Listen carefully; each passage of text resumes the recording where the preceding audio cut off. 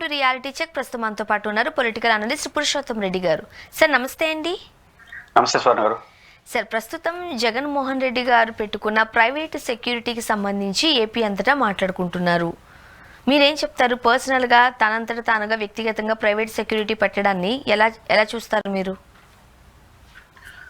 జగన్మోహన్ రెడ్డి గారు వ్యక్తిగత భద్రత కోసం ఓ 40 మందితో ప్రైవేట్ సెక్యూరిటీ ఏర్పాటు చేయబోతున్నారు అని సోషల్ మీడియాలో కానీ వీటిలో వార్తలు వస్తున్నాయి. అఫీషియల్ గా వైఎస్ఆర్ కాంగ్రెస్ పార్టీ ప్రకటించినట్టు లేదు.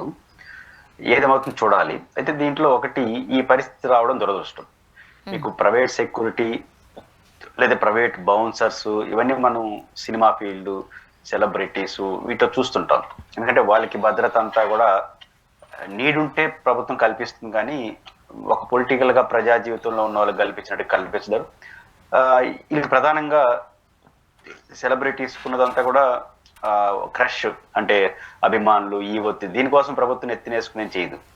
కాబట్టి అక్కడ చూసాం మనం ప్రైవేట్ సెక్యూరిటీ, ప్రైవేట్ బౌన్సర్స్ అనేది. ఇప్పుడు అది కాస్త బౌన్సర్స్ కాదు కానీ ప్రైవేట్ సెక్యూరిటీగా జగన్ గారు ఏర్పాటు చేసుకుంటున్నారని వచ్చింది. ఇది నిజమైతే దురదృష్టకరం. ఎందుకంటే ఒక మాజీ ముఖ్యమంత్రి, అదేవిధంగా ప్రజెంట్ వైఎస్ఆర్ కాంగ్రెస్ పార్టీకి శాసనసభాపక్ష నాయకుడు, ఎమ్మెల్యే, అన్నిటికన్నా మించి ఒక పార్టీకి అధ్యక్షుడు, ఒక బలమైన నాయకుడికి నిన్నటి వరకు Z+ తరహా భద్రతను ఉన్నటువంటి హోదా కలిగి ఉన్నటువంటి వ్యక్తికి ఇంకా విధి లేని పరిస్థితుల్లో మేమే భద్రత కల్పించుకుంటామనే పద్ధతికి వెళ్తున్నారు. ఇప్పుడు ఆయన విషయం కోర్టులో పెండింగ్ ఉంది. ఆయన భద్రతకు సంబంధించి కేంద్ర భద్రత బలగాలతో భద్రత కల్పించాలని ఆయన కోరాడు. కోర్టు ఇంతవరకు ఏమి కేంద్ర ప్రభుత్వానికి నోటీస్ ఇచ్చింది, రాష్ట్ర ప్రభుత్వానికి నోటీస్ ఇచ్చింది, ఆ చర్చ నడుస్తుంది. కోర్టు ఏం తీర్పిస్తూ తెలియదు. కానీ ఇట్లాంటి దశలో బహుశా ఆయనకి కోర్టు తీర్పు ఆలస్యం అవుతుండడం, ప్రభుత్వం ఎక్కడికి వెళ్ళినా పోలీసులు భార్యతను మోహరిస్తుంది. కానీ ఈయన సెక్యూరిటీ, జగన్మోహన్ రెడ్డి గారి మాటలు చెప్పాలంటే నా సెక్యూరిటీ కోసం కాదు, నన్ను డిస్టర్బ్ చేయడం కోసం వాడుతున్నారు ఈ పోలీసులు అనే పద్ధతిలో ఆయన మాట్లాడుతున్నాడు. పార్టీ శ్రేణుల్లో కూడా జనం ఎక్కువ తోసుకొని రావడం, జగన్ గారు చొచ్చుకుని వెళ్ళడం, ఇవన్నీ వల్ల ఏదైనా థ్రెట్ ఉంటే ప్రభుత్వం పట్టించుకోవట్లేదనే భావంతో పార్టీ శ్రేణులు ఉన్నారు. కాబట్టి ఆయన సొంతంగా సెక్యూరిటీ ఏర్పాటు చేసుకోవాలని డిమాండ్ పార్టీ నుంచి ఉంది, విత్ ఇన్ ద పార్టీ నుంచే ఉంది. ప్రభుత్వాన్ని అడగలేని పరిస్థితులు ఇంకోళ్ళు ఎట్లా ఇవ్వరు కాబట్టి ఈ పేరుతో డిస్టర్బెడ్ కావడం ఎందుకని ఒక ఆందోళన పరిస్థితులు చేస్తున్నారు. ఇదే వస్తే ప్రజలు ఒక రాంగ్ సిగ్నల్ వెళ్తుంది. వైఎస్ఆర్ కాంగ్రెస్ ఒక బలమైన రాజకీయ పార్టీ కాబట్టి 40 మంది కాబట్టి 50 మంది సెక్యూరిటీ ఏర్పాటు చేసుకోగలరు, పార్టీ శ్రేణులు ఉంటారు. కానీ ఇది ఏం సిగ్నల్ వెళ్తుంది అంటే ఇంకా అధికారంలో ఎవరు ఉంటే వాళ్ళు తప్ప ప్రతిపక్షాన్ని పట్టించుకోరంటే అది వేరే సిగ్నల్స్కి వెళ్తాయి. అది ప్రజాస్వామ్యానికి కూడా మంచిది కాదు. అదే సమయం సాంకేతిక అంశాలు ముందుకు వస్తాయి. ఉదాహరణకు ప్రైవేట్ సెక్యూరిటీ పెట్టుకోవచ్చు, వాళ్ళు ఎవరి పరిధిలో పనిచేయాలి? ఇప్పుడు జగన్మోహన్ రెడ్డి గారికి ఒక తరహా భద్రత ఉంది అంటే వాళ్ళు Z+ తరహా భద్రత, వాళ్ళు ఎవరి పరిధిలో Z+ తరహా భద్రత, అక్కడ ఒక ఆఫీసర్ ఉంటాడు, ఆ ఆఫీసర్ పరిధిలో 40 మంది కూడా పనిచేయాలి. అసలు ఎంతమంది అలో చేస్తారు? ఇవన్నీ కూడా వస్తాయి. ఇప్పుడు ఉదాహరణకు ఇప్పుడు జగన్మోహన్ రెడ్డి గారు రేపు రాజమండ్రికి ఎప్పుడు వెళ్తారు, మొన్న నెల్లూరు పోయాడు. రాజమండ్రి పోయినప్పుడు జగన్మోహన్ రెడ్డి గారి సెక్యూరిటీ ప్రభుత్వం ఎంత సెక్యూరిటీ ఇస్తే అంత సెక్యూరిటీ ప్రభుత్వం భద్రత ఉంటుంది. 1, 2, 3, 4 ఉంటారు. ఇప్పుడు ఈయన ప్రైవేట్ సెక్యూరిటీ పోతే అలౌ చేస్తారా? ప్రైవేట్ సెక్యూరిటీ అధికారిక ప్రైవేట్ సెక్యూరిటీ కాదు కదా. ప్రైవేట్ సెక్యూరిటీ కూడా పెట్టుకోవచ్చు. ఇప్పుడు బౌన్సర్స్ లాంటి వారిని సెలబ్రేట్ పెట్టుకుంటే పోలీసులకు ఇన్ఫర్మేషన్ ఇవ్వమంటారు, మాకు ఎంతమంది బౌన్సర్స్ ఉన్నారు, ఇట్లా చేసుకుంటామని. అట్లాంటిది ఇక్కడ సమస్య వస్తుందిగా. ప్రైవేట్ సెక్యూరిటీ నువ్వు ఎంతమంది పెట్టుకున్నా వాళ్ళందరినీ అలౌ చేయాలని రూల్ ఏం లేదు. అఫిషియల్ సెక్యూరిటీని వరకు అలౌ చేస్తారు.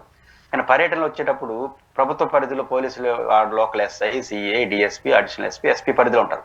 వాళ్ళు నేను ఇంతమంది అలౌ చేయాలంటే మళ్ళీ చేయగలిగింది ఏముంది? సెక్యూరిటీ 1000 మంది ఉన్న అలౌ చేయాల్సిందే అఫిషియల్ గా గవర్నమెంట్ ఉంటే. అట్లా కాకుండా ఈ ప్రైవేట్ సెక్యూరిటీ అన్నప్పుడు అప్పుడు ఆ కాంప్లికేషన్స్ ఎలా వస్తాయి? పర్యటనలో ఈ సూచన వస్తుంది. ప్రైవేట్ కాకుండా ఇంటి దగ్గర లేకపోతే ఆఫీస్ దగ్గర పార్టీ సొంత వ్యవహారాలు నడిచినప్పుడు పబ్లిక్ లైఫ్ లోకి ఒక పొలిటీషియన్, పబ్లిక్ ఫిగర్ వచ్చిన తర్వాత ప్రభుత్వ రక్షణ అజమాయిషిలో అది 1+ ఉంటారా, నలుగురు 4+4 ఉంటారా, Z+ ఉంటారా, దట్ ఈస్ డిఫరెంట్. 1+ ఉన్న ప్రభుత్వ అజమాయిషిలో ఉన్నట్టే. అప్పుడు ఈ కాంప్లీట్ ఎలా వస్తుంది? కాబట్టి ఇవన్నీ కూడా సమస్యలు వస్తాయి. ఏదైనప్పటికీ కూడా జగన్మోహన్ రెడ్డి రాష్ట్రంలో 1, 2, 3 ప్లేస్ లో ఉన్నటువంటి వ్యక్తి. జగన్మోహన్ రెడ్డి గారు, చంద్రబాబు గారు, వీళ్ళందరూ ఇట్లాంటి వాళ్ళకి భద్రత విషయంలో ఇంత గందరగోళం ఉండాలి. కోర్టు కూడా త్వరగా తీర్పు ఇవ్వగలిగితే బహుశా ఇట్లాంటి సమస్యకు ఒక ముగింపు కలిగే పరిస్థితి వస్తుంది. ఇప్పుడు ఏపీలో ఇంకొక వర్షం వినిపిస్తుంది అనేది కూడా మనం వింటూ ఉన్నాం. అది ఇంతవరకు జగన్మోహన్ రెడ్డి గారు ప్రజా సమస్యలకు సంబంధించి అంటే మొన్న మిర్చి రైతులకు సంబంధించి మాట్లాడినప్పుడు తప్పితే ఏ ఏ రకంగా ప్రజలకు ఒక లాభం చేకూర్చే విధంగా ఆయన వెళుతున్నారు? జైల్లో నుంచి ఎవరైనా బయటకు వస్తుంటుంటే, లేకపోతే జైల్లో ఉన్న వాళ్ళను పరామర్శించడానికి వెళుతున్నారు, అది ఎవరికి లాభం? ప్రజా సమస్యల కోసము ప్రజల కొరకు పోరాటం చేసినప్పుడు సెక్యూరిటీ కల్పించాల్సిన అవసరం ఉంటుంది, కానీ జైల్లో ఉన్న వాళ్ళని కలిసినప్పుడు లేకపోతే ఆ రకంగా వెళుతున్నప్పుడు అసలు సెక్యూరిటీ కల్పించాల్సినంత అవసరం ఏంటి అనేది ఎక్కడో గుసగుసలు అట. మీరేమంటారు? దాన్ని అంగీకరించదలుచుకుంటే ఇప్పుడు ఉదాహరణకు జగన్మోహన్ రెడ్డి గారు మిర్చి రైతుల ద్వారా వెళ్ళాడు, లేదా పొగాకు రైతు దగ్గర వెళ్ళాడు. మా జిల్లాలో మామిడి రైతుల సమస్య మీద వచ్చారు. తర్వాత ప్రజలు తిరుపతిలో తొక్కిస్లాట్లో గాయపడి చనిపోయిన వారు హాస్పిటల్లో ఆడికొచ్చారు. తర్వాత సింహాద్రి అప్పన్న సంబంధించిన అలా జరిగిన దానికి వెళ్ళాడు. ఇవన్నీ ప్రజా సమస్యలు కాదా? పదుల సంఖ్యలో వెళ్ళాడు. ఒక రాజకీయ పార్టీకి బహుముఖ బాధ్యతలు ఉంటాయి. నెంబర్ 1, తన పార్టీని తను కాపాడుకోవాలి. ఒక పార్టీ ప్రజలకు సేవ చేయాలన్నా, ఎన్నికల రణక్షేత్రంలో ఉండాలన్నా పార్టీ ఉండాలి. పార్టీ ఉండాలంటే పార్టీని కాపాడుకోవడం అంటే పార్టీ శ్రేణులు కాపాడాలి, పార్టీ యాక్టివిటీ ఉంటుంది, పార్టీ ప్రోగ్రామ్స్ ఉంటాయి, మహానాడు లాంటివి పార్టీ కార్యక్రమాలు ఉంటాయి, ప్లేనరీ ఇల్లు ఉంటాయి. మరి ప్లేనరీ సొంత పార్టీ కార్యక్రమం అడిగింది పోలీసులు అంటే. కాబట్టి రాజకీయ వ్యవస్థలో ప్రభుత్వం అంటే పార్టీలు, పార్టీల నాయకత్వంలో ప్రభుత్వం ఏర్పడుతుంది. ఆ పార్టీలు అనేది పొలిటికల్ యాక్టివిటీ ఉంటుంది. ఇప్పుడు ప్రజల సమస్యలు తప్ప మిగతా పోను అంటే అందరికీ అది వర్తిస్తుంది. ఇప్పుడు ముఖ్యమంత్రికైనా, ఉప ముఖ్యమంత్రికైనా, అపోజిషన్స్ అయినా ఎవరైనా సరే ప్రజలకు సంబంధించిన ఇంట్లోకి వెళ్ళిన తర్వాత మీకు ఎందుకు భద్రత అంటే, మనం 360 రోజుల్లో ఇంట్లోనే సగం రోజులు గడుపుతాం. అంటే హాఫ్ డే అంటే రాత్రి అంటే హాఫ్ డే కదా. కాబట్టి 360 రోజుల్లో 180 రోజులు ఇంట్లోనే ఉంటాం. మరి 180 రోజులు భద్రత ఎందుకు? ఒక కానిస్టేబుల్ ఉంటే సరిపోతుందని అనగలమా? కాదు కదా. కాబట్టి భద్రత అనేది ఒక మనిషి యొక్క అవసరం బట్టి ఉంటాయి. కొన్ని సందర్భాల్లో ఏ పని చేయొద్దు, ఎన్నే కూర్చోని కూడా భద్రత కల్పిస్తారు వాళ్ళకున్న థ్రెట్ని బట్టి. కాబట్టి భద్రతకి ప్రజా ఉపయోగపడే ఒక రాజకీయ పార్టీ నడవడమే ప్రజల కోసం. కాబట్టి ఆ ప్రజల కోసం నడిచే పార్టీ కాపాడుకునే కార్యక్రమంలో వాళ్ళ సొంత యాక్టివిటీ ఉంటాయి, పబ్లిక్ మీటింగ్లు ఉంటాయి, అవేర్నెస్ ప్రోగ్రామ్స్ ఉంటాయి, అదనంగా ప్రజా సమస్య మీద ఉంటాయి. కాబట్టి అదే చెప్పాలి కదా ప్రభుత్వం. అఫిషియల్ గా ప్రజలు ఉంటే అది తీర్మానం చేసుకొని ఇప్పుడు భద్రత కల్పించేది పర్యటన కోసం కాదు, ఆ మనిషికి ఉన్నటువంటి థ్రెట్. నువ్వు రాజీవ్ గాంధీ గారు ఒక పబ్లిక్ మీటింగ్ లో పోతే చంపేశారు. అదేమి ప్రజల కోసం పోయింది కాదు, ఎన్నికల ప్రచారం, పార్టీ సొంత ప్రచారం. అలాగని దాన్ని ఎదులేస్తామా? అటు వదలం కదా. కాబట్టి ఎక్కడైనా సరే ప్రజల కోసం, ప్రజల పార్టీ అన్న తర్వాత లేదా పార్టీ లీడర్ అన్న తర్వాత అన్ని మల్టిపుల్ వాటిని అడ్రస్ చేయక తప్పదు. మరీ ముఖ్యంగా ఇప్పుడు Z+ తరహా సెక్యూరిటీ కల్పించాల్సిన బాధ్యత ప్రభుత్వానికి ఉండింది, ఖచ్చితంగా అయితే చెయ్యాలి. మరి ఈ సందర్భంలో అది ఏ పార్టీ అయినా కావచ్చు, అధికార పక్షమా ప్రతిపక్షమా ఎక్కడైనా సరే ఈ భద్రత కల్పించడంలో ఖచ్చితంగా కూటమి ప్రభుత్వం ఫెయిల్ అయింది అనేది ఏపీలో గట్టిగా వినిపిస్తున్న మాటగా చెబుతూ ఉన్నారు. ఏమంటారు మీరు? ఫెయిల్ అయిందా సక్సెస్ అయిందా అనే దానికన్నా హేతుబద్ధంగా పారదర్శకంగా అయితే లేదు. ఇప్పుడు జగన్మోహన్ రెడ్డి గారు నాకు Z+ తరహా భద్రత కల్పించే విధంగా ప్రభుత్వాన్ని ఆదేశించమని, కేంద్ర ప్రభుత్వ ప్రత్యేక బలగాలతో భద్రత కల్పించాలని, నన్ను థ్రెట్ చేసే పద్ధతిలో ప్రభుత్వం వ్యవహరిస్తుందని కోర్టులో పిటిషన్ వేశాడు. ప్రభుత్వం ఏం చేయొచ్చు? త్వరగా కేసును క్లోజ్ చేయండి, మేము ఈ తరహా భద్రత ఇస్తున్నాము అని కమిట్ అవ్వండి. భద్రత ఎవరు కల్పిస్తారు? ఎవరు నిర్ణయిస్తారు? ఒక వ్యక్తికి additional director general of police పరిధులు అనే ఇంటెలిజెన్స్ విభాగం ఉంటుంది కదా, వారి అధ్యక్షతన ఒక కమిటీ ఉంటుంది అఫీషియల్ పోలీస్ ఆఫీసర్స్ తో. వాళ్ళు ఇంటెలిజెన్స్ రిపోర్ట్ ని తీసుకొని ఏ వ్యక్తికి ఏ తరహా థ్రెట్ ఉంది, ఎవరి నుంచి వారికి ముప్పు ఉండే అవకాశం ఉంది, ముప్పు ఉండే అవకాశం ఉంది అది వాళ్ళు జడ్జ్ చేసుకొని ఏ తరహా ముప్పు, ఏ రూపంలో ముప్పు ఉంటుందో, వాళ్ళకి ఏ తరహా భద్రత కల్పిస్తే లాభం అనుకుంటారో వాళ్ళు నిర్ణయిస్తారు. ఆ రకంగా భద్రత కొనసాగుతుంది. ఇప్పుడు ప్రభుత్వం, ఇది ఎవరిది ప్రభుత్వం? జగన్ గారిది కాదు కదా, మీదే కదా. అది తేల్చేయండి, ఆయనకి ఈ తరహా భద్రత సరిపోతుంది, ఈ తరహా భద్రత కల్పిస్తాం. కోర్టులో Z+ తరహా స్థాయి భద్రత కల్పిస్తున్నామని ప్రభుత్వం చెప్తుంది. బయట వచ్చి హోంమంత్రి గారు వాళ్ళు 1+1 ద్వారా ఆయన పాపటారు పులివెందుల అబ్బాయిలు అంటారు. ఏది 1+1 Z+ తరహాన? కాబట్టి ఈ దయా దాక్షిణాలు దీంట్లో కుదరదు. కాబట్టి ప్రభుత్వం స్టాండ్ తీసుకోండి. ఆయనకి ఎంత థ్రెట్ ఉందో అది కోర్టుకి చెప్పేసేయండి. ఆయన థ్రెట్ ఆయన ఊహించుకున్నంత లేదు, ఈ థ్రెట్ ఉంది, ఈ ఇబ్బంది ఉంది, కాబట్టి ఈ తరహా భద్రత సరిపోతుంది, మేము ఇస్తున్నాం అని చెప్పి కోర్టుకు చెప్పేసి క్లోజ్ చేసి దాన్ని మూవ్ అయిపోండి. కానీ ప్రభుత్వం పారదర్శకంగా ఉండాలి, హేతుబద్ధంగా ఉండాలి, స్టబ్బండ్గా ఉండాలి. ఉంటే జరిగేది జరుగుతుంది. కాబట్టి జగన్మోహన్ రెడ్డి గారు ప్రైవేటు భద్రత కల్పించుకోవాల్సిన పరిస్థితి రావడం ఖచ్చితంగా అది ప్రభుత్వ వైఫల్యాన్ని సూచిస్తుంది. అది ప్రభుత్వానికి అంత మంచిది కాదు. నెక్స్ట్ పులివెందుల జెడ్పీటీసీ ఉప ఎన్నికకు సంబంధించి రకరకాల వ్యాఖ్యలు మనం చూస్తూ ఉన్నాం. ముఖ్యంగా ఈ ఉప ఎన్నికను ఎలా చూడాలంటారు? నిజానికి సాధారణ రోజుల్లో అయితే పులివెందుల ఉప ఎన్నికల్లో తెలుగుదేశం బహుశా పోటీ కూడా నామవాక్య పెట్టుకోవాల్సింది. ఈ రోజు బీటెక్ రవి గారు వాళ్ళ భార్య పోటీలో పెట్టడం వల్ల దాని హైప్ క్రియేట్ అయింది. తెలుగుదేశం పార్టీ వాళ్ళ ఆర్గ్యుమెంట్ ఏంటంటే మేము రిటర్న్ గిఫ్ట్ ఇస్తాం. ఏమని? కుప్పం తెలుగుదేశం కంచుకోట, పులివెందుల వీళ్ళకి కంచుకోట.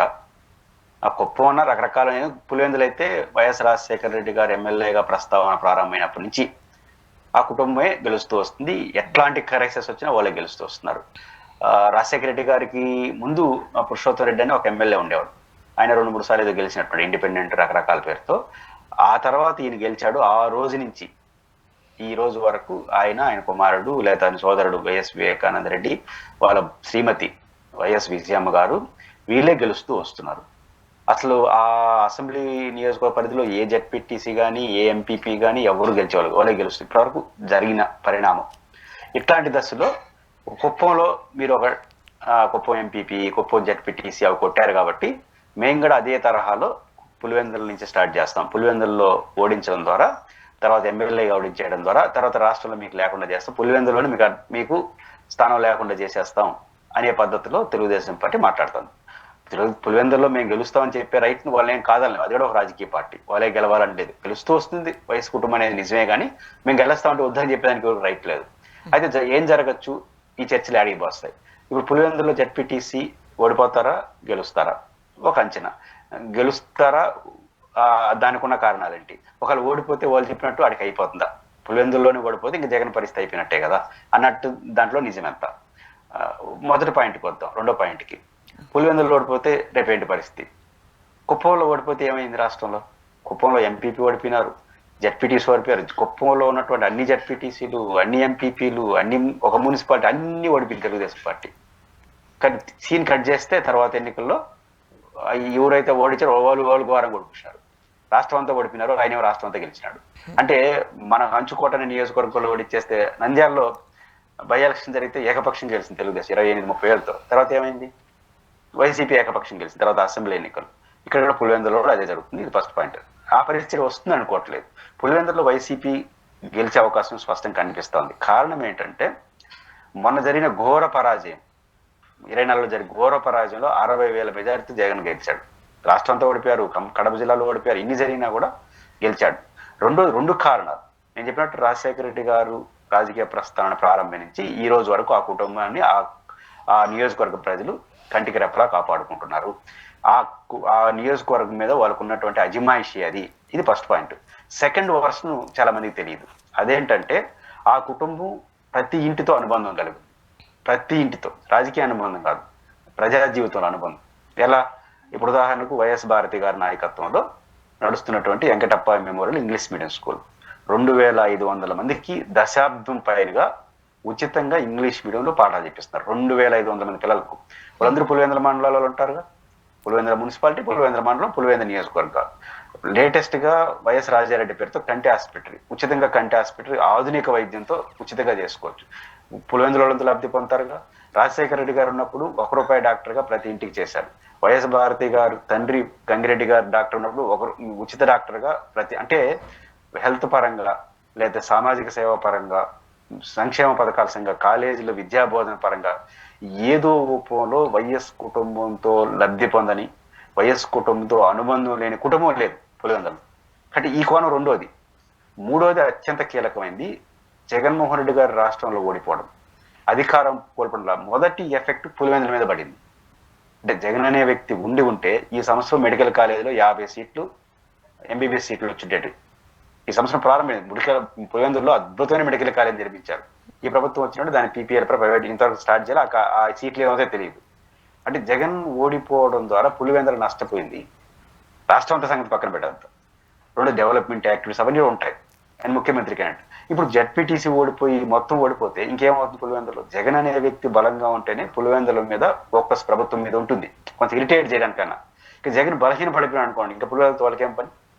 ఇక్కడ జగన్ బలంగా ఉంటే ముఖ్యమంత్రి అయితే ఒక లాభం, బలమైన నాయకుడు అంటే రాజకీయ ప్రత్యర్థి కాబట్టి ఏదో కొంత చేసి, మీకు గుర్తుంటే జగన్మోహన్ రెడ్డి గారు ప్రతిపక్ష నాయకుడు బలంగా ఉన్నప్పుడే గండికోట రిజర్వాయర్కి సంబంధించి సతీష్ రెడ్డి గారు నిరాహార దీక్ష చేస్తే 45 కోట్లు పెట్టి ఫస్ట్ లిఫ్ట్ చేశారు నీళ్లు. అంటే ఎందుకు బలమైన నాయకుడు జగన్ ఉన్నాడు, మనం కనీసం పోటీ అన్న ఇవ్వాలంటే కొన్ని పనులు చేయాలి అని. జగన్ బలహీన పడిపోయినాడు అనుకోండి, పులివెందుల్లో ఓడిపోయి ఇంకా దాన్ని ఊరు పట్టించుకుంటారు పులివెందుల్ని. కాబట్టి ఈ 3 కారణాలు ఇచ్చారు. ఆ కుటుంబానికి ఉన్న ఆధిపత్యం, ఆ కుటుంబంతో లబ్ధి పొందిన వాళ్ళు లేదా సామాజికంగా ఇంకో రకంగా అనుబంధం కలిగిన వాళ్ళు రెండో కారణం. మూడవ కారణం జగన్ ఓడిపోతే ఆ ఎఫెక్ట్ ఫస్ట్ పులివెందులు పడింది. ఇక జగన్ బలహీన పడిపోతే ఇంకా పులివెందులు ఊరు పట్టించుకోరు. ఈ 3 కారణాలు అయితే విజయం సాధిస్తారు. బట్ ఇంకా జరగరాని చేసి గ్రామానికి ఒక మంత్రిని పెట్టారంట, చర్చలు వస్తున్నాయి, పెట్టి చేశారనుకోండి మరింత కాంక్రీట్ గా బలంగా నిలబడతారు. దీని ద్వారా సాధించేది శూన్యం, ప్రభుత్వానికి చెడ్డ పేరు వస్తుంది. ఏదైనప్పటికీ పులివెందులో వాళ్ళు గెలిచే అవకాశం ఉంది.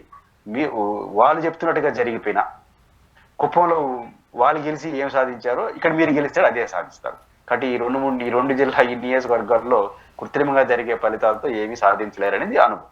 కానీ పులివెందుల ప్రజలు కాస్త సెంటిమెంటల్ గా ఉంటారు. అన్నే సొంత చెల్లిని మోసం చేశారు, ఆస్తి ఇవ్వనని చెప్పారు, ఇంటి ఆడపడుచుని బాధ పెట్టారు, కన్నీరు పెట్టించారు. ఈ ఎఫెక్ట్ ఖచ్చితంగా జగన్మోహన్ రెడ్డి గారికి కాస్త మైనస్ అయ్యే అవకాశాలు ఉన్నాయి. అండ్ విజయమ్మ గారు కూడా అప్పుడప్పుడు స్పందిస్తూ ఇలా కాదు అని అంటే కూతురికి కాస్త సపోర్టివ్గా మాట్లాడడం కూడా ఈ పులివెందులలో కాస్త ఈ సింపతి అనేది గెయిన్ అవుతుంది అనేది కూడా మనం వింటూ ఉన్నాం. మరోపక్క బాబాయి మర్డర్ మిస్టరీ ఎప్పటికీ వేడలేదు, ఆ ఎఫెక్ట్ కూడా జగన్మోహన్ రెడ్డి గారికి పడే అవకాశం ఉంది అనేది వినిపిస్తున్న మాటలు. ఇవేమైనా ప్రభావం చూపుతాయి అనుకోవచ్చా? ఇప్పుడు ఈ ఎఫెక్ట్లన్నీ పడిపోయిన తర్వాత 24 ఎలక్షన్ జరిగింది. మీరు చెప్పిన ఎఫెక్ట్లు, తల్లి రాజశేఖర రెడ్డి గారు కూతుర్ని కూడా ఎంపీగా చూడాలనుకున్నాడు. ఎలక్షన్ ముందే ఆమె ఏకంగా వీడియో రికార్డు చేసి పంపించారు విదేశాల్లో ఉండి విజయమ్మ గారు.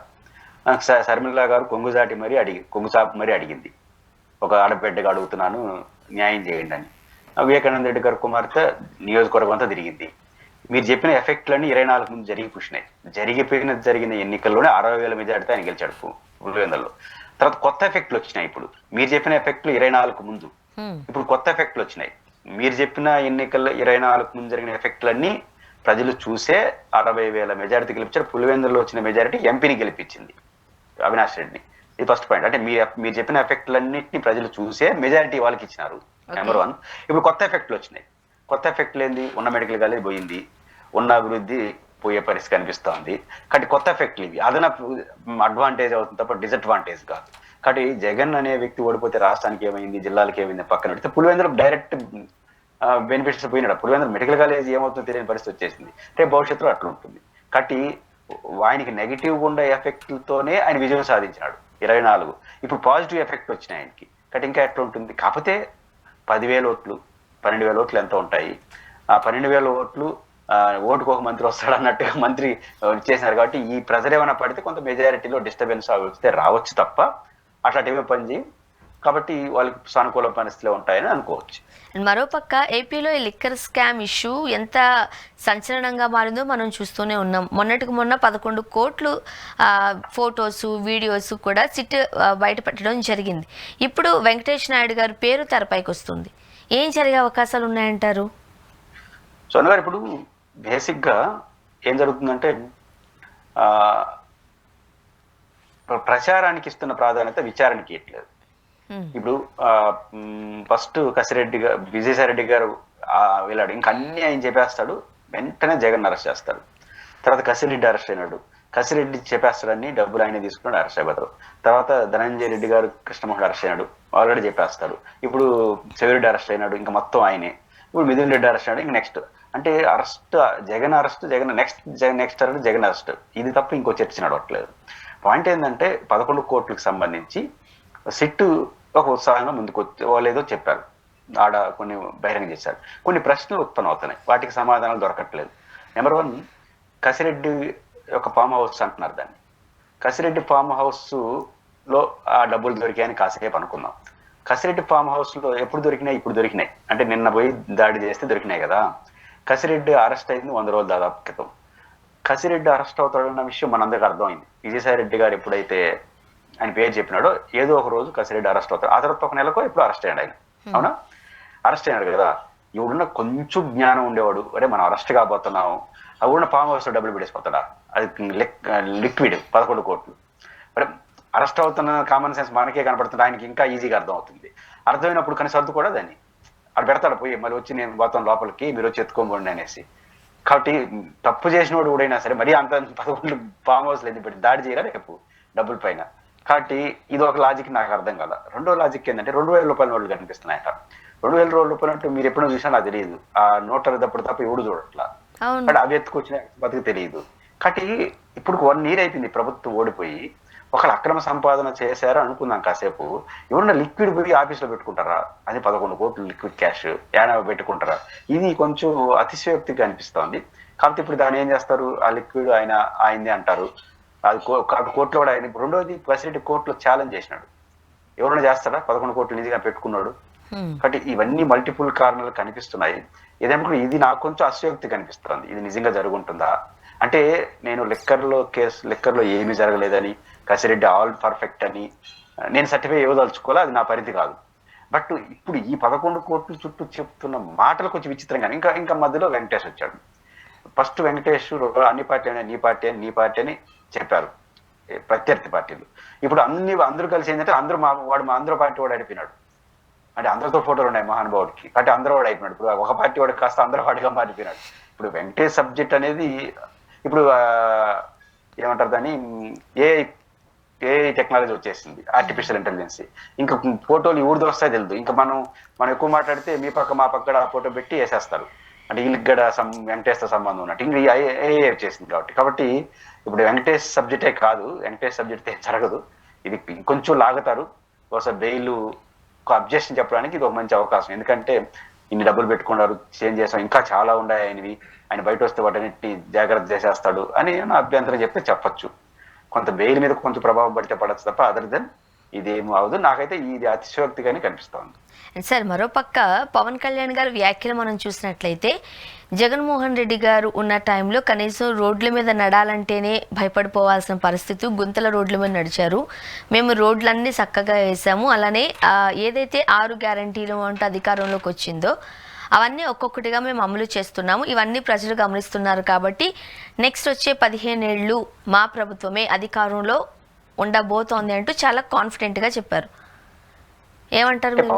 పవన్ కళ్యాణ్ గారు 15 ఏళ్ళు ఉండొచ్చు, లేదా జ్యోతి బసు గారు లాగా 25 ఏళ్ళు ఉండొచ్చు, దట్ ఈస్ డిఫరెంట్ ఇష్యూ. వాళ్ళ కోరికని ఎవరు కాదంటారు, ప్రజలు నిర్ణయిస్తారు ఎవరు ఉండాలి ఎవరు పోవాలని. అయితే ఆయన కోరుకుంటున్నాడు బలంగా సుదీర్ఘకాలం తెలుగుదేశం పార్టీతో సహవాసం చేయాలని ఆయన కోరుకుంటున్నాడు. అది జరగచ్చు కూడా, ఎందుకంటే ఆయన పార్టీ. తెలుగుదేశం వద్దందు, మీరు ఎవరినో ఒకరు మత్తిస్తా అంటే ఎవడు వద్దంటాడు. ఆయన పవన్ కళ్యాణ్ ఏదనుకుంటే అదే పార్టీ. పవన్ కళ్యాణ్ కాదని ఇంకోటి అనుకునే పరిస్థితిలో పార్టీలు ఉండవు. ఆ పార్టీ హోల్సేల్ అయింది. జగన్ ఎట్ట వైసీపీకి ఆయన ఉండదలుచుకున్నాడు, ఉంటాడు, నో డౌట్ ఎట్ ఆల్. దానికి ఏం కారణం అంటే ఇదన్నీ చెప్తున్నారు. రెండోది ఫస్ట్ కారణం ఏం చెప్పాడు, మాకు బలం లేదు, అనుభవం లేదు, పోరాట అనుభవం ఉంది కానీ పరిపాలన లేదు. ఈ అనుభవంలో ఎక్స్పర్ట్ అయినటువంటి చంద్రబాబు నాయుడు గారి నాయకత్వంలో ఈ రాష్ట్రం బాగుంటుందని ఆశిస్తున్నానని చెప్పాడు. అసలు కథ ఏంటంటే వాళ్ళు కలిసి ఉంటారు, వాళ్ళని విడగొట్టే శక్తి ఎవరికి లేదు. ఎందుకు లేదు, ఎందుకు కలిసి ఉంటారు అంటే జగన్మోహన్ రెడ్డి దానికి కారణం. వాళ్ళని కలపడానికి కారణం జగనే, వాళ్ళు ఇడిపోకుండా చేయడానికి కూడా కారణం జగనే. కాబట్టి జగన్మోహన్ రెడ్డి ద్వారా వాళ్ళు ఇడిపోరు. ఇది ఎందుకు, రాష్ట్రంలో తెలుగుదేశం ఉంది, ఒక బలమైన పార్టీ, వైసీపీ ఉంది, అది ఒక బలమైన పార్టీ. ఇప్పుడు జనసేన ఏం చేయాలి, ఇద్దరిని కొట్టేసి వాళ్ళు రావాలి ఒక రాజకీయ పార్టీగా. అది ప్రజారాజ్యం ఫెయిల్ అయింది. ఇంకా ఈయనకి ఆశలు కూడా లేవు. ఈ 2 పార్టీలు బలంగా ఉన్నాయి కాబట్టి ఇంకేడొస్తాం కావాలి. అలాగని ప్రతిపక్ష పాత్ర పోషిద్దామా అని అనుకోండి, చంద్రబాబు నాయుడు లాగా ఈయన కలుసుకోవడానికి సిద్ధంగా లేడు. అధికార పార్టీ నుంచి బయటకు వచ్చేస్తే జగన్ గారు ఏం పక్కకు రానిడు. ఆయన ఒంటరిగా ఏం చేయాలి, అధికారంగానికి కాకుండా ప్రతిపక్షానికి కాకుండా పోతాం, ఏం సాధిస్తాం. కాబట్టి అధికారంలో ఉంటాయన్నా కనీసం ఒక 20 మంది ఎమ్మెల్యేలు గెలిచారు, ఒక 2 ఎంపీలు గెలిచారు, తను డిప్యూటీ సీఎం అయ్యాడు, ఇంకొక 2 మంత్రులు అయినారు, హోదా వచ్చింది. ఈ హోదా ఉండాలన్నా లేదా మనం పొలిటికల్గా సస్టైన్ కావాలన్నా మనం తెలుగుదేశంతో ఉండడం మినహాయించి ఇంకొక మార్గం లేదు అని నిర్ణయానికి ఆయన వచ్చేసినాడు. అది నాకేం అన్సైడబుల్ అనిపిలా. కాబట్టి ఆయన నిర్ణయానికి వచ్చాడు కాబట్టి నేను చెప్తున్నాడు. ఇది పవన్ కళ్యాణ్ గారు మనసులోని మాటలు అయి ఉండొచ్చు, కానీ మనం గత ఎన్నికల నుంచి ఎప్పటి నుంచి ఉంటున్న విధానము, ఇప్పుడు ఏపీలో ఈ సామాజిక వర్గాల పర్సెంటేజ్ అనేది మనం చూస్తూనే ఉంటాం. మనం ఎంత కాదు అన్నా సామాజిక వర్గాలకి సంబంధించిన ఎఫెక్ట్ ఎన్నికలపై ఉంటుంది. ఎప్పుడు యాచించే స్థానంలోనే ఉంటామా, శాసించే స్థానానికి మనం పోలేమా, అది వాళ్ళ ఒక ట్యాగ్ లైన్ చూస్తాం. ఎప్పటి వరకు వాళ్ళ సామాజిక వర్గానికి చెందిన వ్యక్తులు సహకారంతో గద్దె మీద ఎక్కిన వాళ్ళు ఉన్నారు, కానీ మేము ఎక్కలేకపోతున్నాము కాబట్టే జన సైనికులు అంతమందిగా ఒక్కటైపోయారు అని అంటారు. ఇప్పుడు పవన్ కళ్యాణ్ గారు అన్న వ్యాఖ్యలు బట్టి చూస్తే వాళ్ళు ఎప్పటికీ సెకండ్ ప్లేస్లో, థర్డ్ ప్లేస్లోనూ ఉండే ఛాన్స్ కనిపిస్తోంది. కానీ మరి వాళ్ళు ఎప్పుడు రాజ్యాధికారం ఆ సింహాసనం మీద కూర్చుంటారు? ఇంకెప్పటికీ కూర్చునే అవకాశాలు కనిపించట్లేదు కదా. బేసిక్గా పవన్ కళ్యాణ్ గారు 2024 ఎన్నికల్లో ఇది పనిచేసింది, మీరు చెప్పిన కార్డు.